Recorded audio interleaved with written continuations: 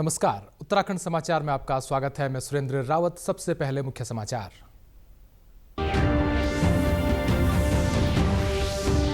मुख्यमंत्री पुष्कर सिंह धामी ने की वन एवं ऊर्जा विभाग की गेम चेंजर योजनाओं की समीक्षा। राज्य में ऊर्जा उत्पादन बढ़ाने की दिशा में तेजी से कार्य करने पर दिया जोर।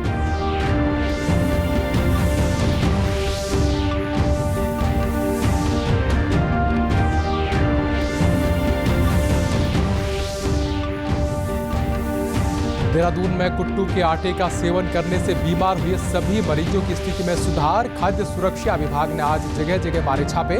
नैनीताल में लिए गए आटे के नमूने।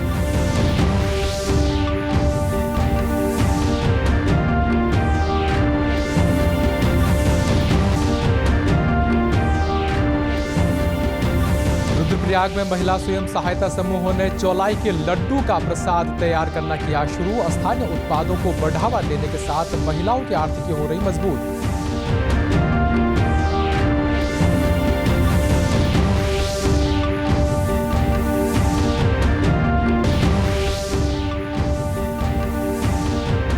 अल्मोड़ा में और दिवस पर जंगलों को आग से बचाने के लिए विशेष कार्यक्रम का आयोजन। महिलाओं ने जंगलों में आग रोकने का लिया संकल्प। सामूहिक प्रयासों की हुई सराहना।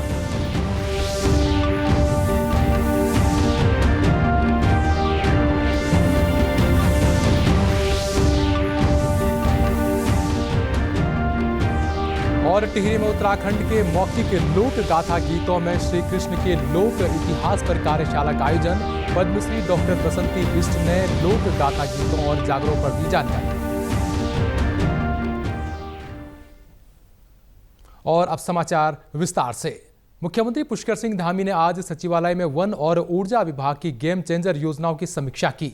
इस दौरान उन्होंने वन संरक्षण के साथ साथ वन संपदाओं से राजस्व वृद्धि के लिए प्रभावी प्रयासों की आवश्यकता पर जोर दिया। मुख्यमंत्री ने कहा कि वन विभाग के गेस्ट हाउस के आधुनिकीकरण पर विशेष ध्यान दिया जाए और जड़ी बूटियों, कृषिकरण और विपणन के क्षेत्र में नई संभावनाएं तलाशी जाए। मुख्यमंत्री ने वनाग्नि रोकथाम के लिए प्रभावी रणनीति बनाने और मानव वन्यजीव संघर्ष को कम करने के लिए अन्य राज्यों की बेस्ट प्रैक्टिस का अध्ययन करने के निर्देश दिए।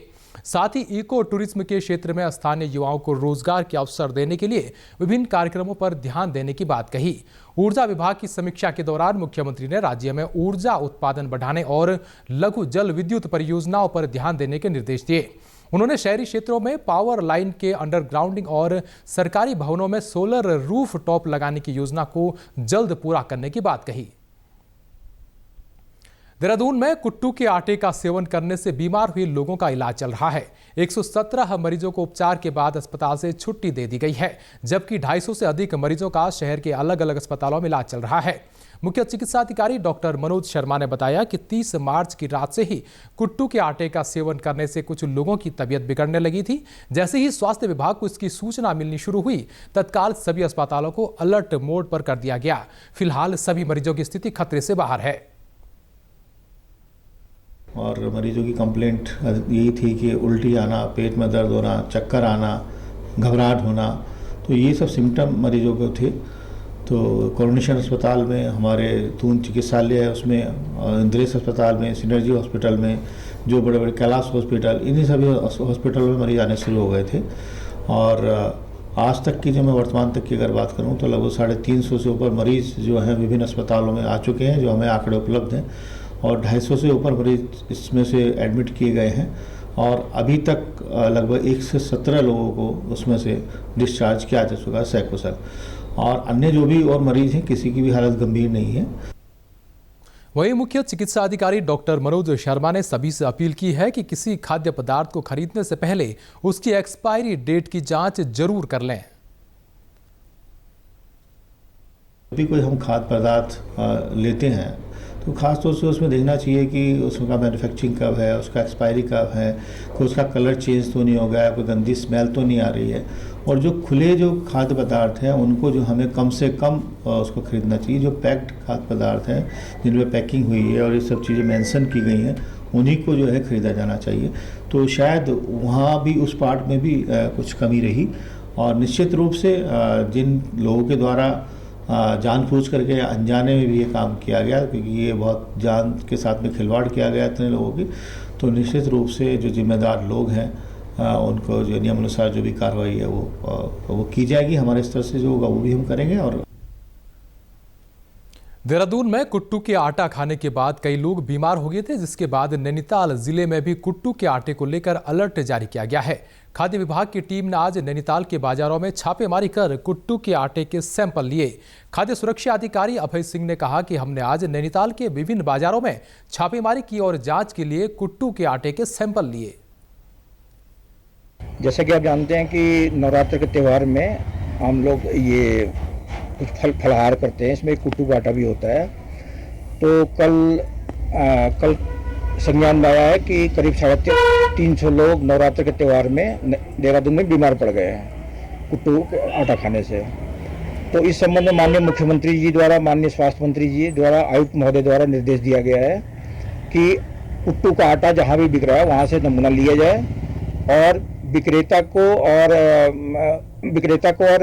उनको ग्राहक को दोनों को से ये किया जाए कि वो कुट्टू का आटा का सेवन ना करें। 2 मई को भगवान केदारनाथ के कपाट आम श्रद्धालुओं के दर्शन के लिए खोल दिए जाएंगे। हर वर्ष की तरह इस बार भी महिला स्वयं सहायता समूहों ने स्थानीय उत्पाद चौलाई से प्रसाद बनाने का कार्य शुरू कर दिया है। मेदनपुर गांव की 8 महिला स्वयं सहायता समूह से जुड़ी महिलाएं चौलाई के लड्डू बनाकर केदारनाथ का प्रसाद तैयार कर रही हैं। इसके साथ ही बेलपत्री, गंगाजल, जूट के बैग, स्थानीय जड़ी बूटियों से धूप बत्ती जैसे उत्पाद भी बनाए जा रहे हैं। हमारे साथ जैसे ये 5 साल पहले हमने शुरू किया था ये केदारनाथ प्रसाद प्रोजेक्ट जो है।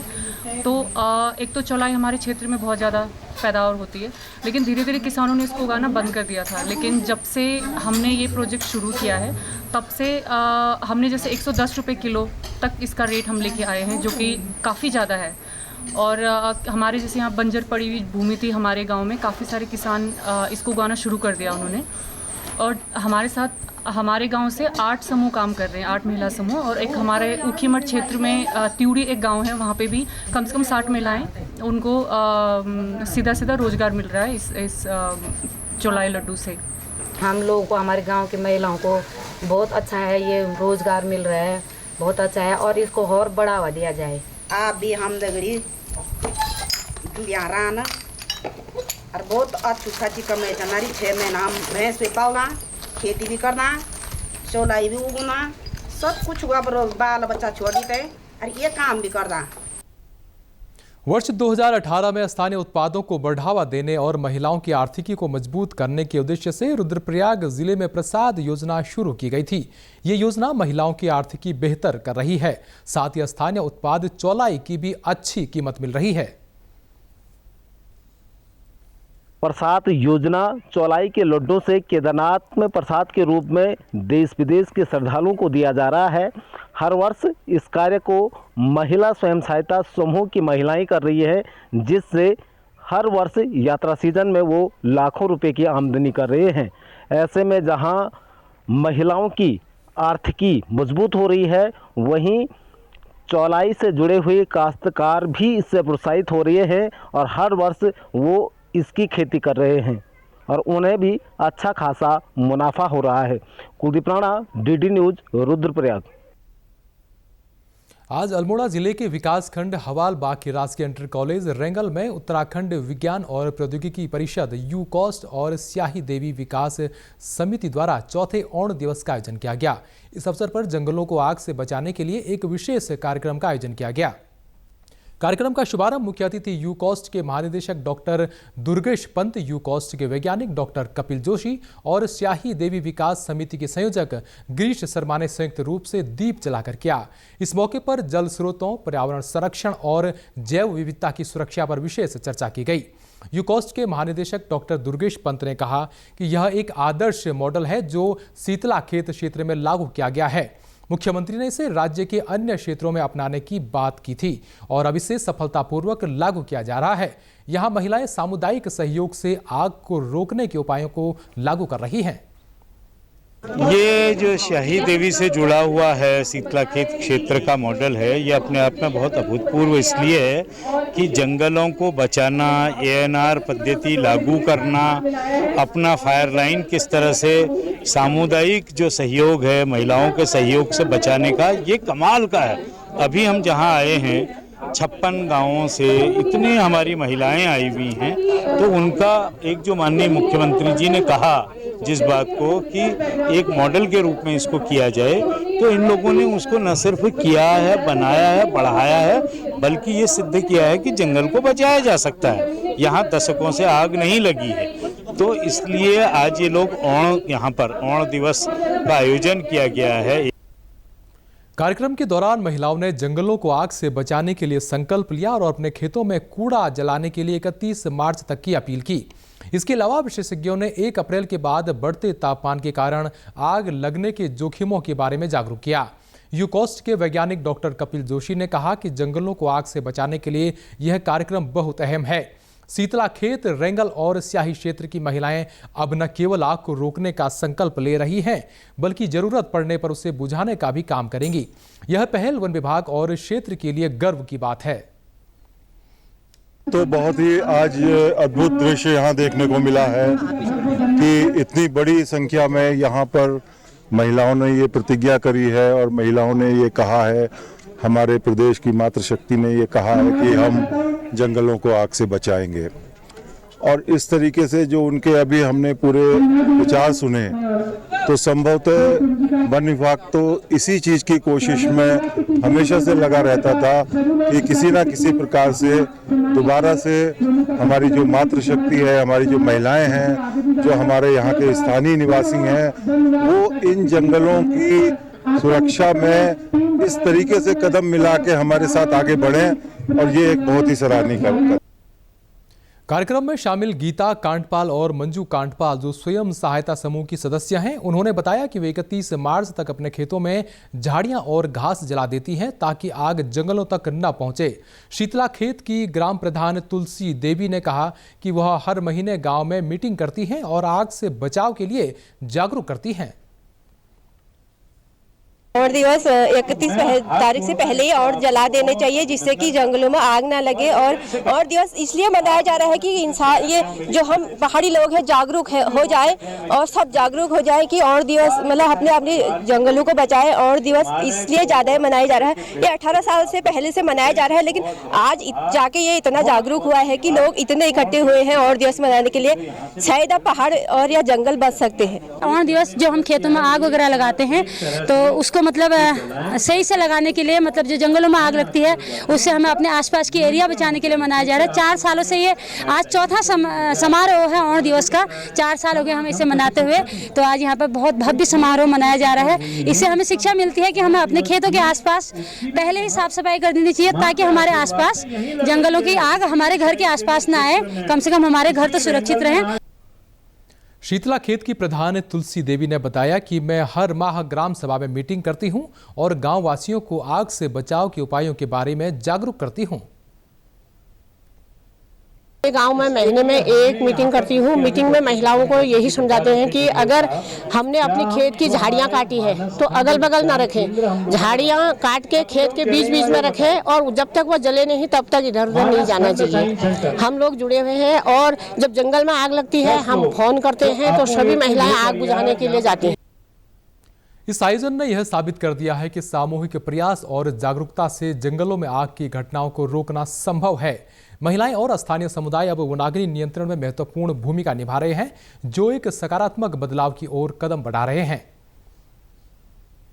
और यहां रुकेंगे एक छोटे से ब्रेक के लिए, आप बने रहिए हमारे साथ।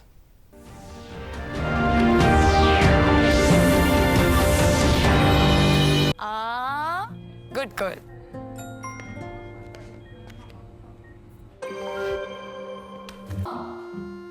नहीं झुमके ना, पहले बचत, पहले झुमके। सुनो, हर महीने थोड़ा बचाओ और थोड़ा निवेश करो, और कुछ इमरजेंसी के लिए भी बचाओ, ताकि रहो टेंशन फ्री। लेकिन झुमकों का क्या, जाते हो कि लगाओ इंजेक्शन। आरबीआई कहता है, वित्तीय समझदारी समृद्ध नारी।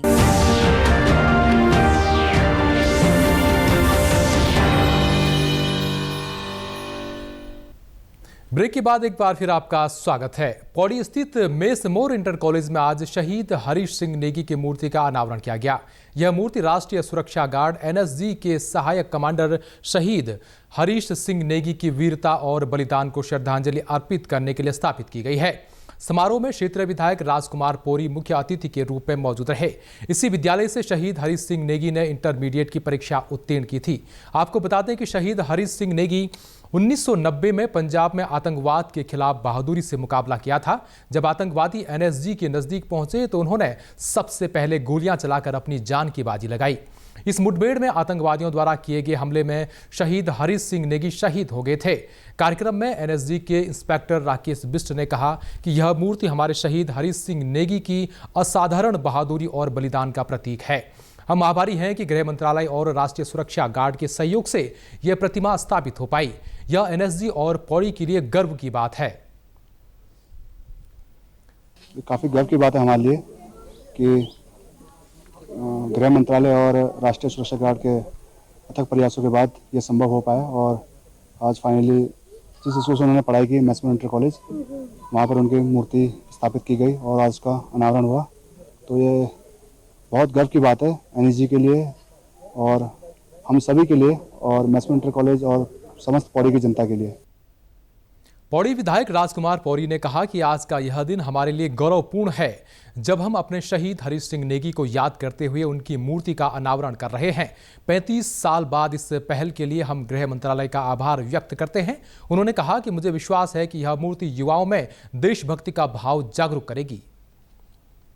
बहुत ही गौरवशाली दिन रहा आज का कि हम किसी शहीद की मूर्ति के अनावरण में उपस्थित हुए हैं और ये हमारे पौड़ी के हरीश सिंह नेगी जी जो कि अपने अर्धसैनिक थे, उसके बाद वो दूसरी सेवा में गए फौज में और 1990 में उनका देहावसान हुआ पंजाब में और आज उनकी यहाँ पर मूर्ति स्थापित की गई। ये बहुत गौरव का विषय है किसी सैनिक के लिए भी और उनके परिवार के लिए और पूरे क्षेत्र के लिए।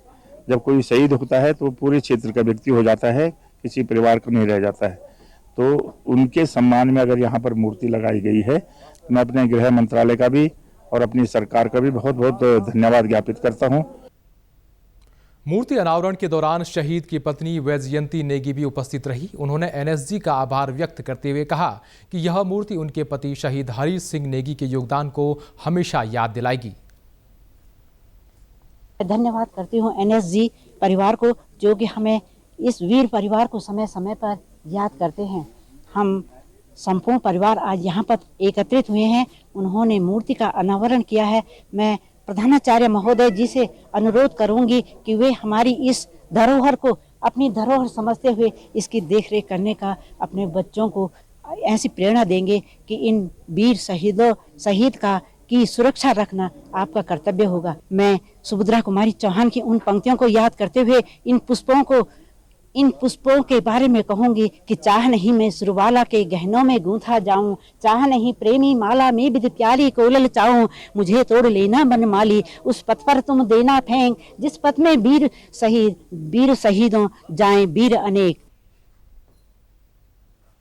चमोली में गोपेश्वर का राजकीय स्नातकोत्तर महाविद्यालय अपना 50वां 2 वर्षीय स्वर्ण जयंती वार्षिक खेल समारोह मना रहा है।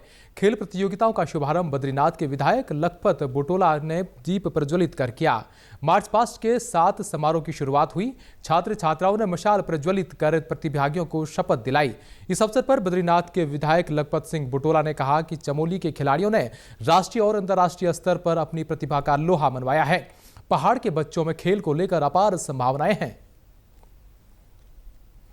ये हमारे लिए सौभाग्य की बात है कि ये महाविद्यालय आज स्वर्ण जयंती मना रहा है और इसी कैंपस में और इसी फील्ड में इस देश को हमारे कई बच्चों ने अपना नाम रोशन किया, देश का नाम रोशन किया, अंतर्राष्ट्रीय स्तर पे अपनी प्रतिभाओं को दिखाया है।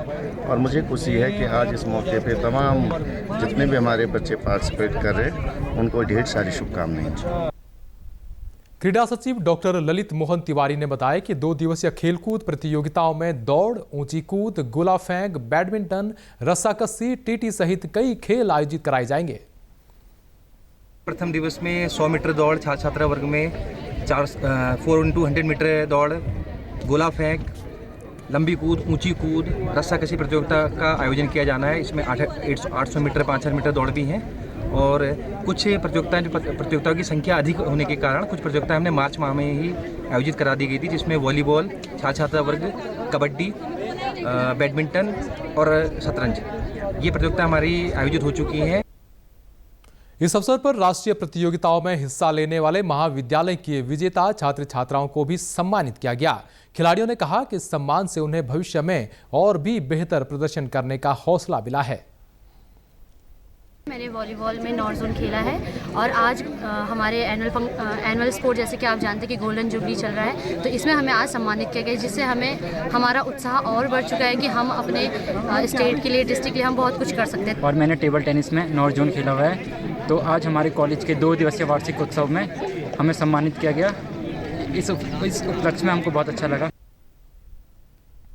विवेक मेमोरियल, सुरगंगा संगीत विद्यालय और जिला शिक्षा एवं प्रशिक्षण संस्थान डायट की पहल पर केंद्रीय संस्कृति विभाग के सौजन्य से उत्तराखंड के मौखिक लोक गाथा गीतों में श्री कृष्ण के लोक इतिहास पर एक महत्वपूर्ण कार्यशाला का आयोजन किया गया। कार्यशाला में मुख्य वक्ता के रूप में पद्मश्री डॉक्टर बसंती बिष्ट प्रख्यात जागर गायिका ने अपनी ज्ञानवर्धक प्रस्तुति दी। डॉक्टर बिष्ट ने डीएलएड प्रशिक्षार्थियों और संगीत के छात्रों को उत्तराखंड की लोक गाथा गीतों और उनके भीतर छिपे श्री कृष्ण के इतिहास के बारे में महत्वपूर्ण जानकारी दी। डॉक्टर बिष्ट ने श्री कृष्ण के उत्तराखंड में आगमन के 2 प्रमुख प्रसंगों ऊखा अनिरुद्ध विवाह और सैम मुखैम को जागरों के माध्यम से समझाया। उन्होंने यह भी कहा कि शास्त्रीय संगीत और लोक संगीत में बहुत समानताएं हैं और जागर के लिए कोई अस्थायी समय सीमा और अंतराल नहीं होता। और उस गांव की महिलाएं या पुरुष जो भी हैं, उनको टीचर के रूप में 1 घंटा थोड़े से मान दे पर उनको रख लें आप। सबसे बड़ा ये है कि बचाने का यही तरीका है। हमारी संस्कृति जिसमें हमारे वेद वेदांत है, हमारे रीति रिवाज हैं, हमारे तीज त्योहार हैं, कृषि के खेती के तरीके हैं, कब खेती बोई जाती है, कौन सा बीज है, सब गीतों में है वो। हमारे दर्शनीय हमारे जो आचार्यों का इतिहास है, अनेक हमारे बाहर 33 कोटि देवता ये लोग बोलते हैं, हमारे यहाँ 64 कोटि देवता है उत्तराखंड में। कार्यशाला के दौरान डॉक्टर बिष्ट ने इस वर्ष का सुर संगम कलानिधि सम्मान भी दिया गया और उन्होंने लोक संस्कृति को बचाने के लिए शिक्षा के महत्व पर जोर दिया।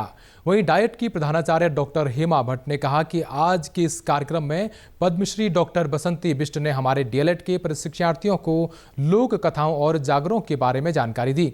हमें उम्मीद है कि ये युवा भविष्य में ग्रामीण क्षेत्रों में जाकर बच्चों को पढ़ाई के साथ साथ हमारी लोक संस्कृति को भी बचाने का काम करेंगे।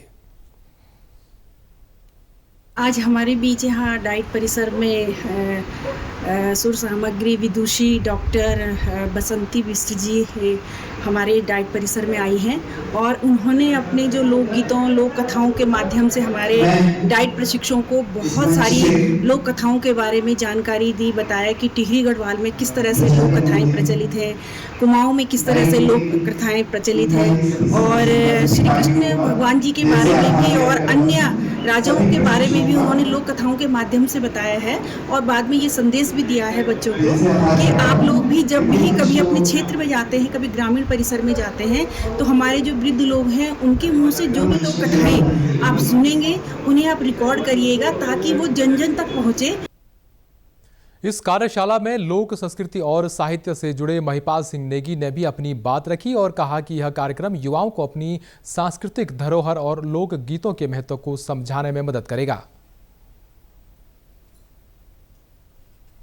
स्थानीय स्तर पर सुरगंगा संगीत विद्यालय पिछले 10-15 सालों से यहाँ पर अच्छा काम कर रहा है और समय समय पर विशिष्ट कार्यक्रम आयोजित करते हैं। और आज आप देख रहे हैं कि पद्मश्री आदरणीय डॉक्टर बसंती बिष्ट जी को उन्होंने एक अतिथि व्याख्यान के लिए आमंत्रित किया है और विषय भी बहुत विशिष्ट रखा गया है कि पहाड़ के लोक गाथा गीतों में जो कृष्ण कथा आती है उसका प्रसंग क्या है। ये बहुत दिलचस्प भी है क्योंकि पहाड़ में जो लोक गाथा गीत हैं उसमें शौर्य गीत भी हैं, प्रणय के गीत में हैं और कई बार तो जो पुराण कथाओं में जो प्रसंग आते हैं वो भी लोक कथाओं में गाए जाते हैं। तो इसका विशेष महत्व तो ये है कि जो कृष्ण की कथाएं हैं, पांडवों से जुड़ी हुई कथाएं हैं, उनका संदर्भ क्या रहा है पहाड़ के संदर्भ में, पहाड़ के लोक ने कितनी गहराई तक उसे स्वीकार किया है और किन संदर्भों में स्वीकार किया है। तो एक तरह से देखें तो ये लोक कथाओं का गायन है जिसे पहाड़ के लोक मानस ने स्वीकार किया है। कार्यशाला में लोक गाथाओं और श्री कृष्ण के लोक इतिहास पर चर्चा के साथ साथ उत्तराखंड की लोक संस्कृति को बचाने के लिए उठाए गए कदमों पर भी विचार विमर्श हुआ। देहरादून में आबकारी विभाग ने वित्त वर्ष 2024-25 के लिए तय 625 करोड़ का लक्ष्य हासिल कर लिया है और अब नए वित्त वर्ष के लिए निर्धारित 648 करोड़ का लक्ष्य हासिल करने की तैयारी में जुट गया है। जिला आबकारी अधिकारी केपी सिंह ने इस बारे में जानकारी दी।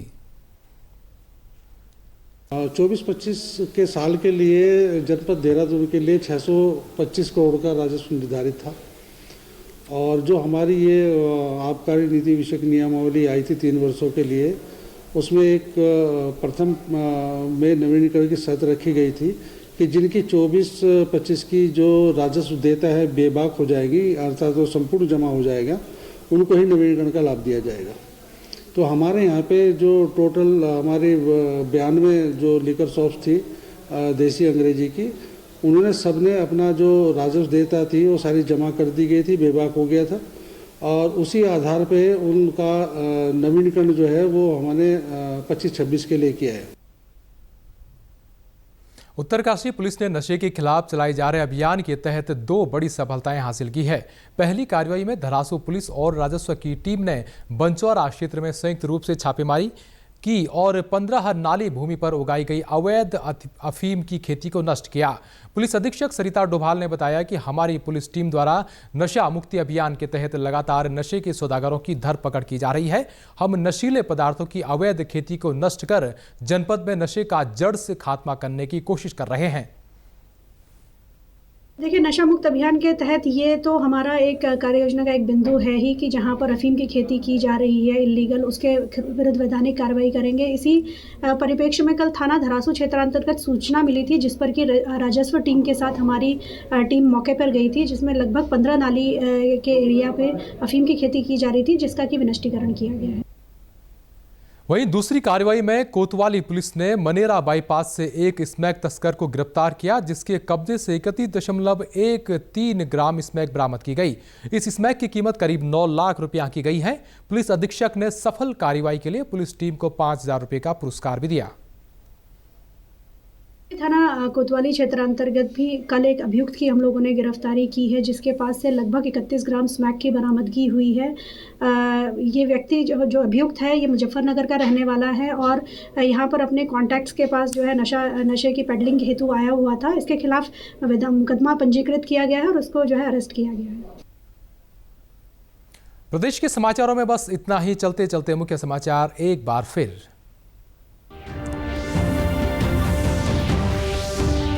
मुख्यमंत्री पुष्कर सिंह धामी ने की वन एवं ऊर्जा विभाग की गेम चेंजर योजनाओं की समीक्षा। राज्य में ऊर्जा उत्पादन बढ़ाने की दिशा में तेजी से कार्य करने पर दिया जोर।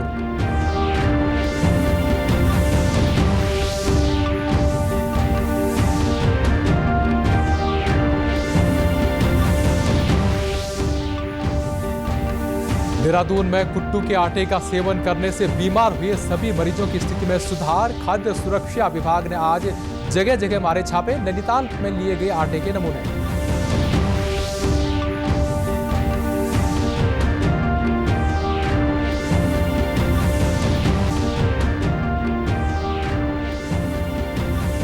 रुद्रप्रयाग में महिला स्वयं सहायता समूहों ने चौलाई के लड्डू का प्रसाद तैयार करना किया शुरू। स्थानीय उत्पादों को बढ़ावा देने के साथ महिलाओं की आर्थिकी हो रही मजबूत।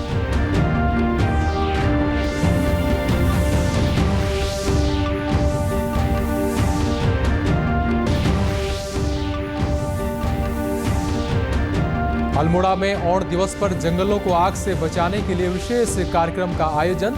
महिलाओं ने जंगलों में आग रोकने का लिया संकल्प। सामूहिक प्रयासों की हुई सराहना।